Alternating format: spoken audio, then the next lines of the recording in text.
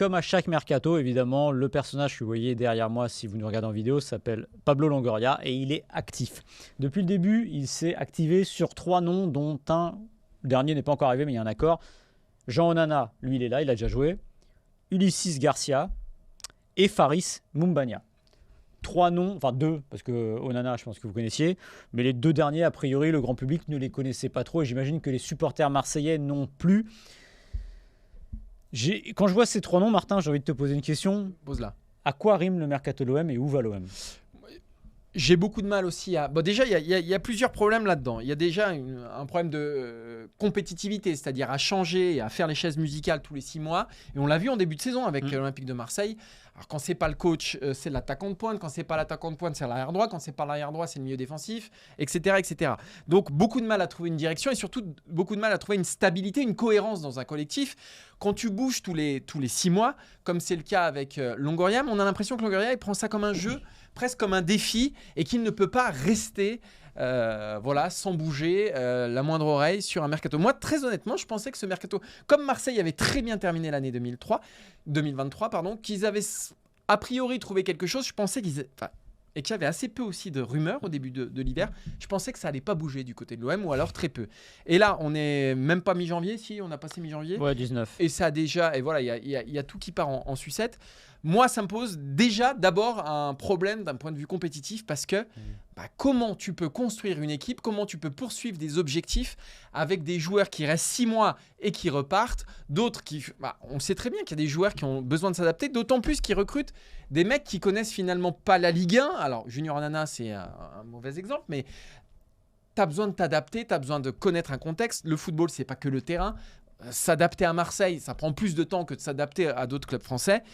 Et je pense là que Longoria est pris d'une frénésie qui handicape d'abord l'équipe et ensuite ses résultats. J'ai l'impression que Longoria a inventé le footballeur jetable, entre guillemets.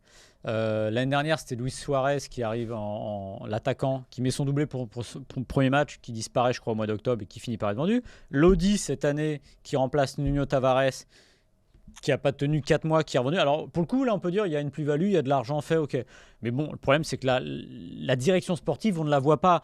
Pablo Longoria, pendant longtemps, a eu une aura autour de lui qui fait qu'il trouvait des bons joueurs, les bons coups, etc., que ça fonctionnait bien. C'est un peu tarif. Et c'était... il faut changer 50% de l'effectif, etc. Et moi, j'entendais, c'est le football moderne. Non, le football moderne, c'est aussi d'avoir de la continuité. À un moment, je le répète, quand vous avez un entraîneur qui vous lâche tous les ans, même quand il est dans une situation de réussite, c'est qu'il y a un problème. Alors évidemment, on sait que Marseille, c'est plus difficile qu'ailleurs, mais avant, ça a toujours été plus difficile qu'ailleurs. Les entraîneurs restaient quand même s'ils se plantaient après, au moins ils restaient. Là, le problème, c'est qu'ils savent que tout va être démantelé dans les 10 jours qui suivent la saison.